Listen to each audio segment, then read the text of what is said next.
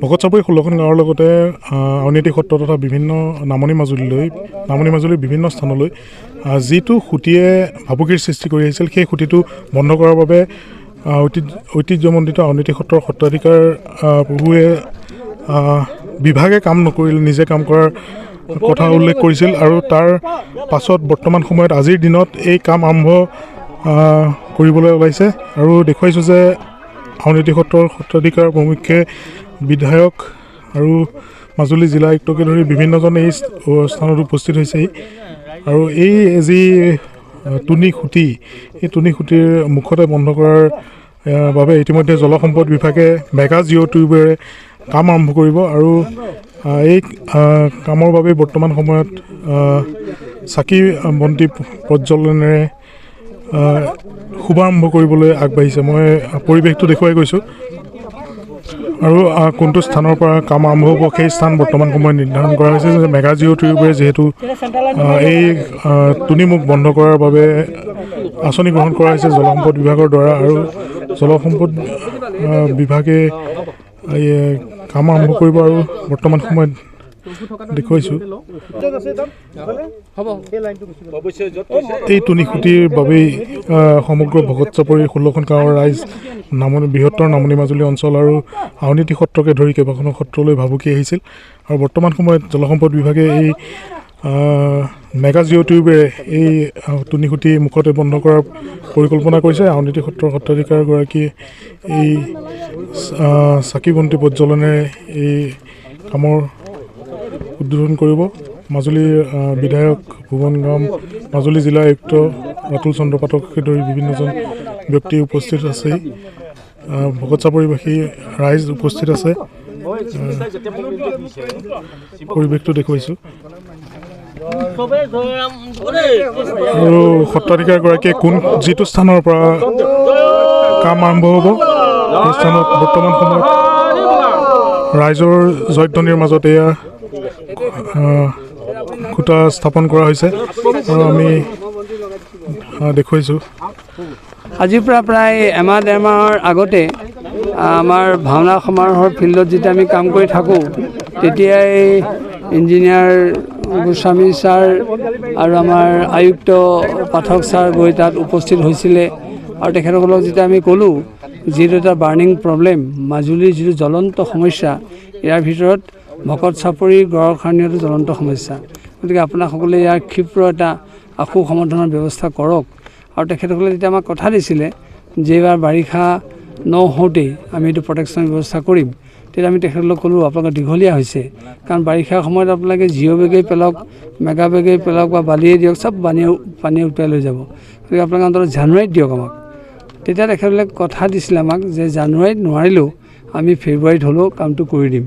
কিন্তু তেখেতসকলে সেই কথাটো ৰখাৰ কাৰণে আমি মূলতঃ চৰকাৰক ধন্যবাদ দিছোঁ, কাৰণ চৰকাৰৰ সেই নিৰ্দেশ নাপালে তেখেতসকলে কৰিব নোৱাৰে। গতিকে চৰকাৰে যে আমাৰ প্ৰতি এটা মাজুলীবাসীৰ প্ৰতি দৃষ্টি দিছে, আমি তেখেতসকলক ধন্যবাদ জনাইছোঁ আৰু আমাৰ আয়ুক্তদেৱকো ধন্যবাদ জনাইছোঁ আৰু ইঞ্জিনিয়াৰ গোস্বামী দেৱকো ধন্যবাদ জনাইছোঁ। আমি এতিয়া এই মুহূৰ্তত শুনিলোঁ তেখেতক বোলে বদলি কৰা হৈছে, কাইলৈকে যায়, কিন্তু এতিয়া এই কামটো তেখেত পুৰণা মানুহ, দুদিনমান থকা হ'লে ভাল আছিলে। যদি চৰকাৰে কিবা চিন্তা কৰিব পাৰে চাব, যদি কোনো বিজুতি নঘটে। আৰু আমাৰ কথা হ'ল কোনো কাৰণতে কামটোত যাতে জুতি নপৰে আৰু এই কামটো আমি ভবামতে যদি হৈ যায় তেতিয়াহ'লে আমি ভাবিছোঁ আমাৰ কেৱল ভকত চাপৰিয়ে নহয়, মাজুলীৰ এটা মূল অংশ ৰক্ষা পৰিব আৰু তেখেতসকলে আমি সন্তুষ্টি লাভ কৰাকৈ মেগা বেগ দিব খুজিছে, যিটো মেগা বেগে আমি কোৱাৰ দৰে এটা শৈল বান্ধৰ নিচিনা কাম কৰিব। আমি শৈল স্পাৰ কথা কেতিয়াও নকওঁ, আমি শৈল বান্ধৰ কথা কৈ আছোঁ। যদিও ইয়াত শিল দিব নোৱাৰে পোনে পোনে, কিন্তু মেগা বেগ দিলে শৈল বান্ধৰ নিচিনা কাম কৰিব আৰু সেইটোৱেদি আমাক সকলোকে আশ্বস্ত কৰিছে যে সেই কামটোৰ যোগেদি আমাৰ নিশ্চয় গৰাখহনীয়া প্ৰতিৰোধত সহায় কৰিব। তেখেতসকলক অকণমান ভিতৰলৈ নিব খুজিছিলে, বোলো নহয়, আমি সাধাৰণতে জানো যে খুঁটিটো মুখটো যদি বন্ধ নকৰে তাত এটা ভিতৰৰ অংশত ঘুলি হৈ থাকে, পানীটো আকৌ তাত ঠেকা মৰাৰ সম্ভাৱনা থাকিব। সেয়ে তেখেতসকলে আমাৰো কথা শুনি তেখেতসকলে আগুৱাই আহিলে আৰু ঠিক যিটো স্পাৰ আছে, এইটো মানে পাৰ্কোপাইন আছে, সেই পাৰ্কোপাইনৰ কাষতে তেখেতসকলে দিবলৈ সন্মত হৈছে আৰু তেখেতসকলে আজি প্ৰায় আৰম্ভ কৰিব কাম। এতিয়া আমি চাকি বন্তিৰে আমি আজি সেই কামটো শুভাৰম্ভ কৰিছোঁ। পুনৰবাৰ আমি চৰকাৰক ধন্যবাদ জনাইছোঁ, MLA দেৱকো ধন্যবাদ জনাইছোঁ, আৰু আয়ুক্ত দেৱক ধন্যবাদ জনাইছোঁ, আৰু ইঞ্জিনিয়াৰ ছাৰকো ধন্যবাদ জনাইছোঁ। প্ৰভু, ভৌগোলিক সুৰক্ষা, মাজুলীৰ এই ভৌগোলিক সুৰক্ষা বিষয়টো আচলতে এইকণ অংশতে বুলি নহয়, দক্ষিণ পাৰৰ সমগ্ৰ দক্ষিণ পাৰটোতে আচলতে অসুৰক্ষিত হৈ আহিছে, যাৰ বাবে মাজুলীৰ ভূখণ্ড দিনক দিনে সংকুচিত হৈছে। ই এটা মাজুলীবাসীৰ বাবে এক বৃহৎ প্ৰত্যাহ্বান। এইটো সঁচা কথা, কাৰণ দুটা পাৰৰ মাজত যদি এটা পাৰতহে গুৰুত্ব দিয়া হয়, ইটো পাৰত গুৰুত্ব দিয়া নহয়, সি ঠেকাঠেকি কৰিবই। গতিকে সেইকাৰণে আমাৰ খাটনিয়ে ঠিকেই কৈছে যে দক্ষিণ পাৰটো সুৰক্ষিত হ'ব লাগে, তেতিয়া উত্তৰ পাৰটো নিশ্চিতভাৱে সুৰক্ষিত হ'ব। আৰু কেতিয়াবা যদি উত্তৰ পাৰটো সুৰক্ষিত কথা চিন্তা কৰা হৈছে, লগে লগে সমান্তৰালভাৱে দক্ষিণ পাৰ কামটো কৰিব লাগিব। গতিকে সেইকাৰণে আমি উত্তৰ পাৰৰ মানুহ যদি সুৰক্ষা অনুভৱ কৰিছোঁ, দক্ষিণ পাৰটোৰ লগে লগে স্থায়ীভাৱে তাৰ কামটো কৰিব লাগে, তেতিয়া তাত ঠেকাঠেকি নহয়। এইটো নদীপৰীয়া মানুহৰ সাধাৰণ অভিজ্ঞতা। আৰু যোৰহাট মাজুলী দলঙৰ কামৰ যি স্থবিৰতা আহি আছে, এতিয়ালৈকে কাম আৰম্ভ হোৱা নাই, সিও এটা মাজুলীবাসীক আচলতে উদ্বিগ্ন কৰি তুলিছে।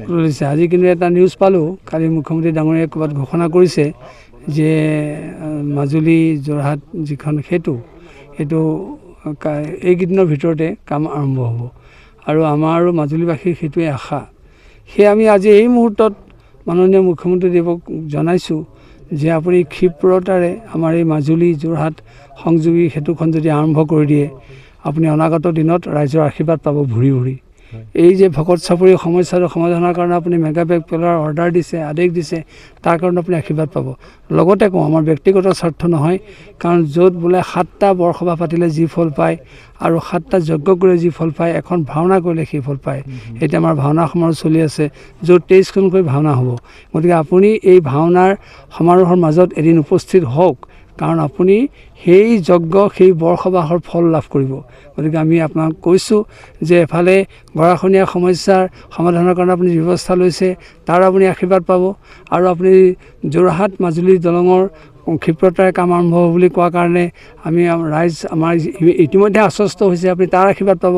আৰু মাজুলীত চলি থকা ভাওনা সমাৰোহত আপুনি এদিন পদাৰ্পণ কৰক, আপুনি সমান্তৰালভাৱে সেই আশীৰ্বাদটো লাভ কৰিব, আৰু অনাগত দিনত আপোনাক সকলো প্ৰকাৰে সহায় কৰিব।